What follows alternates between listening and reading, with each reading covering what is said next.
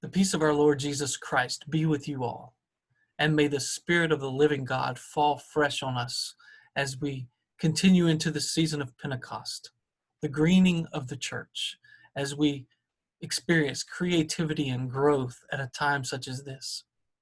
I'm so glad that you're joining me for Bible study again this week. Today we're going to be exploring the story of Esther. And I want to encourage you, either right now, stop the video, or maybe after the video, to read through the entire book of Esther. It's not a very long book, and the story is incredible. It's a comic tragedy, and I invite you to read it through and see what God may be saying to you during these words of Esther.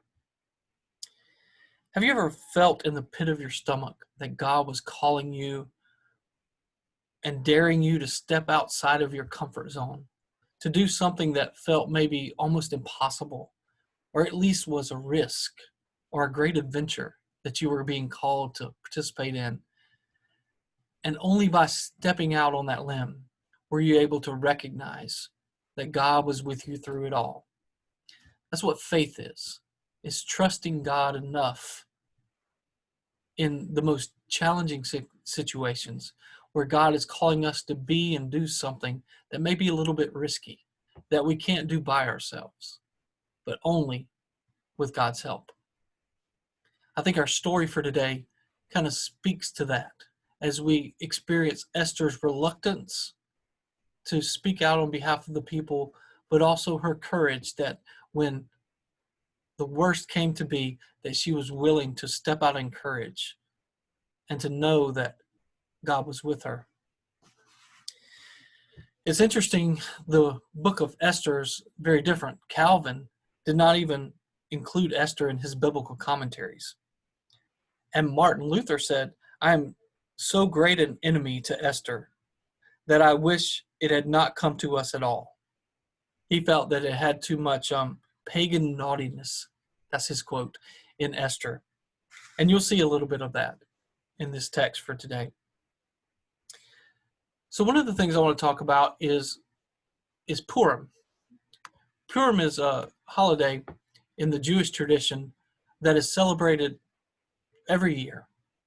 And it comes from the word pur in Hebrew, which means lot, which is referred back in this story as Haman, which we'll hear about later, cast lots for a date in which the Jews would be destroyed. But Purim is what the book of Esther primarily is about. It tells us why the celebration of Purim even exists.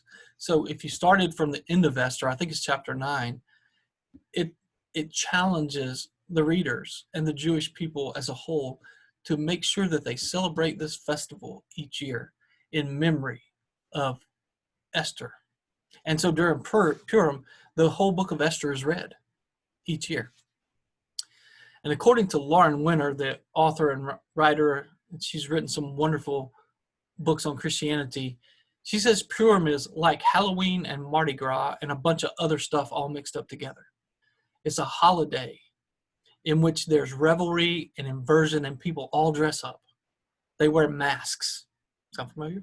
So when you go to the synagogue to hear the book of Esther read, you are instructed by the rabbis to shout and scream whenever you hear the name Haman, so that his name gets drowned out. And interestingly enough, you're also instructed to get really drunk on Purim. So drunk, the rabbis say, that you can no longer tell the difference between Haman's name and the king's name. So I'm going to encourage you to do part of this and not the other part. I want to encourage you when you're reading through Esther, when you see the name Haman, I want you to think in your mind or say out loud, boo, because that's what happened every time in the Purim story. But I'm not going to encourage you to get really drunk so that you can't really tell the difference in names. That's not our goal in this Bible study today. So I also want to say that in the book of Esther, the name of God is never mentioned, though the divine presence permeates the entire story. So when I speak of trust and courage, the trust and courage exhibited by Esther as being rooted in God. I think there's a lot of truth to that. But I also think Esther is not your typical heroine. She doesn't go through this story and act in the same way that you would expect a person of faith to act. Somebody like Mary, the mother of Jesus, or even Hagar, that we heard a little bit earlier a few weeks ago. These women in the Bible often are those who are on the margins, who are in their positions out of no self directive of their own, but it just in this place that they find themselves. And they often act in ways that we might look at as kind of strange and maybe even immoral at times. But God uses each of these women to achieve a purpose that continues the story of God's salvation history for God's people. And so we'll look at that a little bit today. So the main characters of the story, and I like this picture, by the way, of Queen Esther as a Persian woman, as a Jewish woman there in Persia. Beautiful picture, I think. But Queen Esther, her name is Esther, but her Jewish name was Hadassah. So we're going to use Esther in the story, but Hadassah is her Jewish name. Her uncle Mordecai is another character in this story. Mordecai, because Esther is an orphan, Mordecai, her uncle, has taken her in and helped raise her. And then Haman.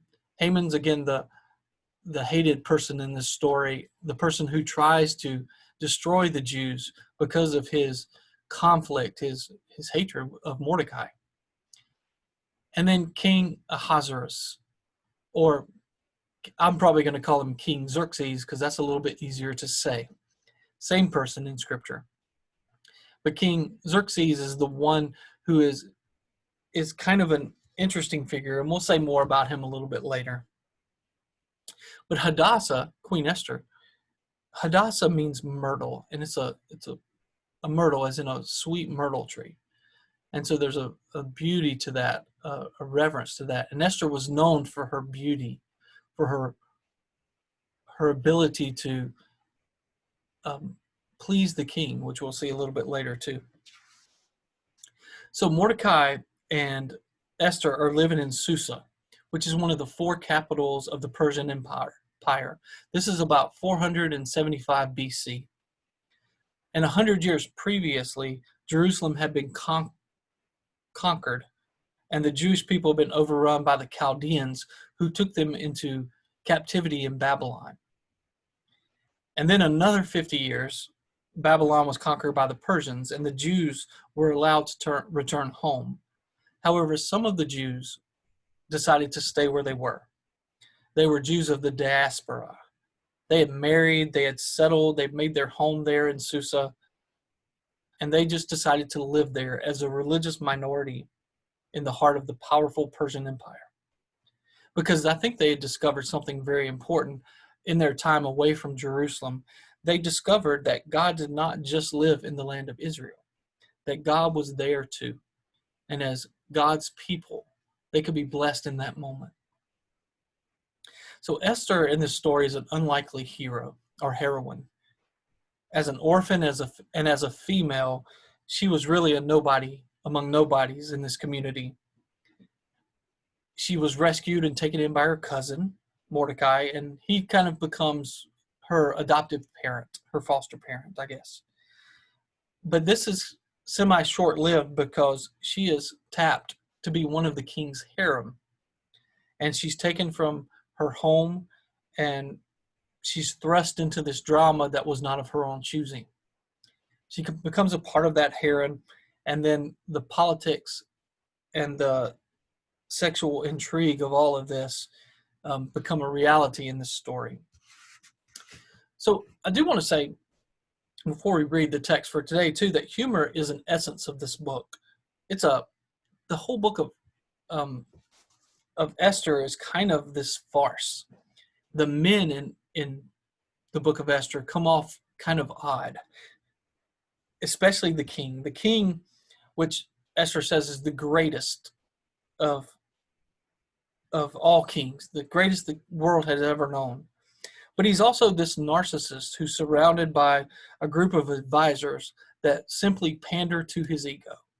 He can't really make any decisions for his own self. He just is at the whims of those people who stroke his ego. And at the start of this book, he's throwing this great party.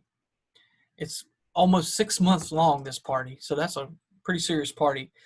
And it culminates where the king is drunk and he summons his wife, the queen, Queen Vashti, to parade in front of the guests with wearing nothing but her crown. Now, to her credit, Queen Vashti refuses. And it enrages him so much that he just kicks her out in a fit of rage. But he also becomes so lonely without her that his advisors decide that they're going to take some women from the harem and have almost like a beauty pageant where the women come and spend a day and a night with the king, and whichever one pleases him the most would be the one who became queen. So this is what happens in this story. Not necessarily a story you want to be telling your kids. Even though Queen Esther becomes this kind of figure that is almost like a princess, almost like a Disney princess in some ways. But the story is definitely not a PG story. It's a little bit rated R, and it's not for the faint of heart. But as Esther finds herself in the king's palace with some power as queen, she really doesn't have a lot of power. Women in that time, even queens, did not have power. So Haman is the one that comes into the story, and he has to pass Mordecai every day coming into the gates, and he wants to get rid of him. In fact, he wants to get rid of all the Jewish people. Now, to back up a little bit, Mordecai has told Esther not to let the king know she was Jewish or anybody in the palace, because he thought it would be unsafe for her. And we find out that's probably true, because Haman gets in the good graces of the king, and he convinces the king that the Jews are people that need to be destroyed in the kingdom. We need to get rid of them. They're nothing but troublemakers. And so the king, because Haman strokes that ego, says, okay. And Haman is going to pull from one of the lots, and whatever date he pulls is the date that the Jewish people are going to be destroyed in the land. So he tricks the king into this. And once that decree gets made, and the king makes this decree and doesn't really know how to go against it, Haman builds this elaborate device where he will kill Mordecai and display him for the world to see. So we get to this statement, and Mordecai is beside himself because his people are about to be destroyed. And so he sends word to Esther.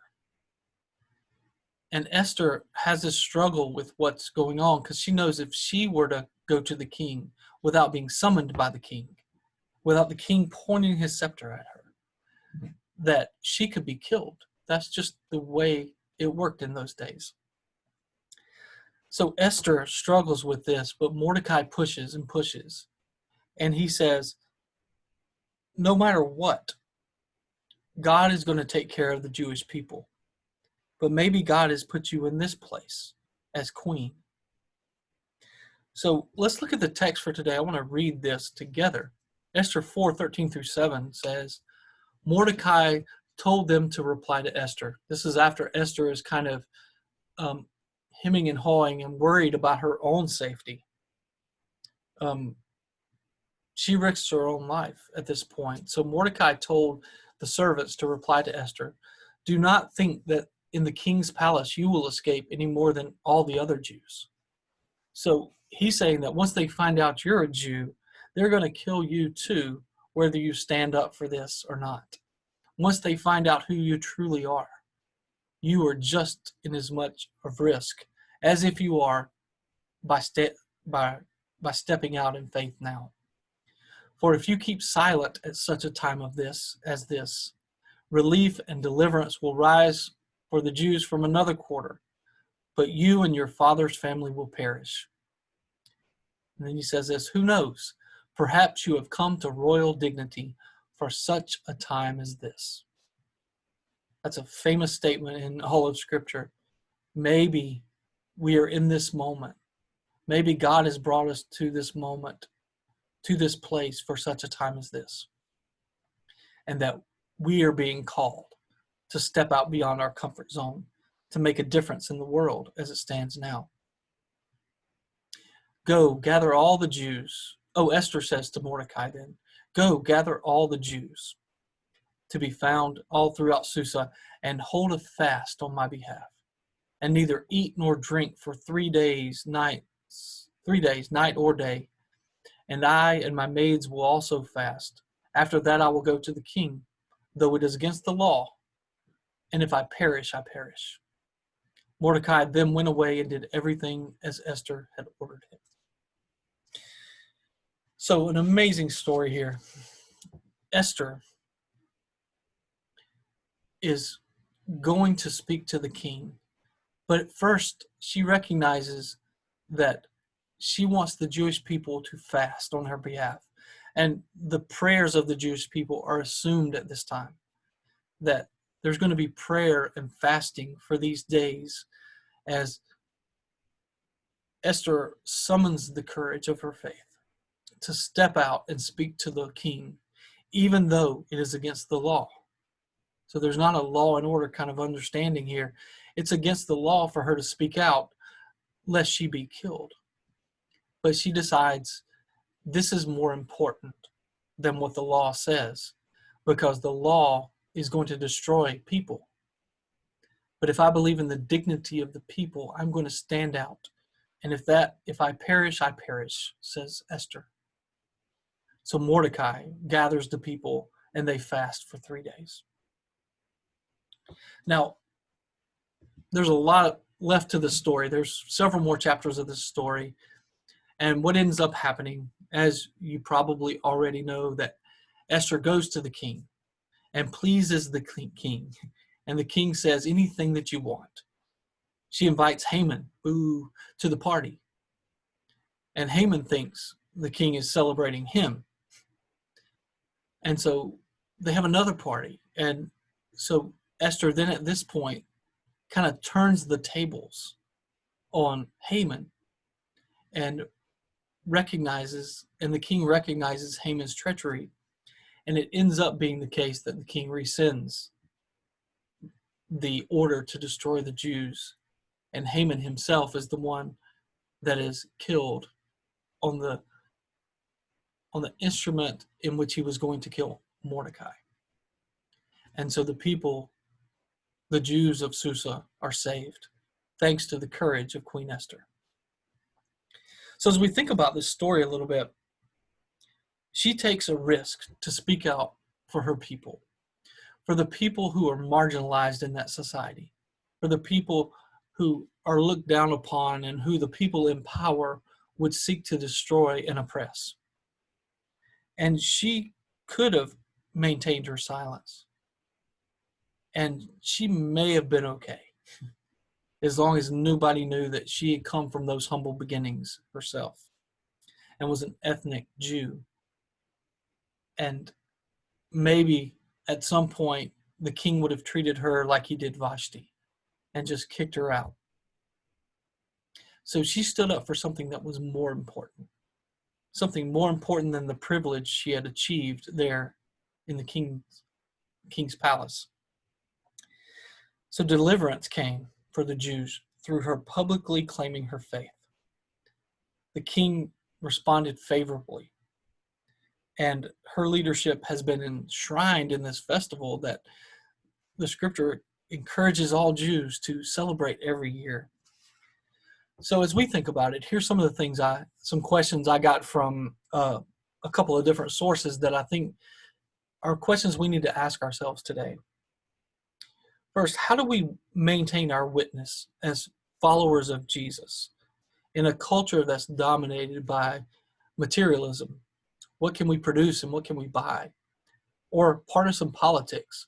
Who are the politicians who promise something that we want to buy into? How do we maintain our witness of faith in the midst of materialism and politics? I think that's a question that we have to ask here. It's a question that Esther wrestled with, but it's also one that she realized she had to stand up for what was right in the midst of all of that. So what power do any of us really have to make a difference in the world? We can make all kinds of excuses for why we want to stay in our comfort zone, for why we don't want to risk saying something that speaks out in favor of those people who are hurting in our society. It's difficult for many of us to think about saying the words Black Lives Matter, for example. We like to write that off as something that sure, everybody matters, right? But saying Black Lives Matter doesn't suggest that other lives don't matter either. It's just saying if Black lives don't matter, we can't say all lives matter. So we need to focus on this part and speak on behalf of our Black brothers and sisters in our society who are hurting, who are experiencing oppression, who are dying from COVID at higher rates because of so many systemic issues that are out in society. So how can we really make a difference? And I think part of it's by yielding that power, yielding what makes us comfortable and listening to the voices of others and lifting them up. Which gets me to the kind of risks. What are we willing to risk on behalf of those who are vulnerable and threatened? We risk friendships. We risk getting attacked online, maybe. We risk losing some of our privilege, maybe, or losing is a strong word. We risk other people looking down on us for certain things, and we have to give up some of the things that we've become accustomed to. But if we're willing to take the risk and go where God has called us to go, it may cost us something. King David says, I will not offer anything to God which costs me nothing. So we ask ourselves, what identity truly shapes us? Am I first and foremost a parent? Am I first and foremost an employee or a minister? Am I first and foremost an American or a Christian or a white middle-aged man? What is my identity? And I hope that when we root it down, we recognize that our identity truly is as beloved children of God. We are beloved children of God, made in the image of God. And I say it so often, and so is everyone else. So when we reach out to others who are in need, Jesus suggests that we are doing that to him. As Esther speaks out of the dignity of all people, especially the Jewish people in her situation, who were those on the margins, as she speaks out for the dignity of the Jewish people matter. Not everybody was in agreement with that. But her voice as queen made a difference in the lives of so many. It saved them from destruction. So we ask ourselves, what do we do? How do we partner with cultural and political powers that help us maintain our own status quo, our own privilege? What are those things that we're complicit in our society? These are questions we just need to ask ourselves and see how God might be preparing us to speak up, to speak truth to power. It's an interesting time that we find ourselves in. And this text can move our imaginations to see who God may be calling us to be and become. Not to go back to the way things were, but to instead make a difference so that those inequities and injustices of the past can be remedied and we can move toward a future that is the beloved community that Jesus promised us. For some of us, that is going to take a lot of courage, and Esther may be our model for speaking out, even at the cost of possibly losing her life. And we need to also speak truth to power when that power is within us. We have to recognize our own privilege and speak truth to ourselves on a regular basis and ask ourselves, discern our actions, whether we are allowing the Spirit to live through us or if we're quenching that Spirit. And we'll know that if our words and our deeds let the fruit of the Spirit live through us. The fruits of love, joy, peace, patience, kindness, goodness, faithfulness, gentleness, and self-control. In everything we say and we do, we ask ourselves, am I proclaiming the sacred worth of all people? Am I loving my neighbor as myself? Do I trust God, who created this whole world, with everything that I have, even if it costs me something? That's the story of Esther. Maybe you have come to this place for just a time as this. And are we willing to have the courage to say, pray for me, fast with me? I'm going to step out in courage. And if it costs me everything, so be it. Those are the words of Esther. That is our encouragement today. And I want to thank you for spending this time in Bible study with me. I also want to share this beautiful picture that was made last week at our church. Jennifer Buchanan, our Child Development Center director, took this picture of the rainbow, the promise of hope that God gives to us. Somebody said it kind of looks like the church is the pot at the end of the rainbow. And I think that's kind of right. But a beautiful picture nonetheless. And it's an image that we have during this season, not of despair, but of hope.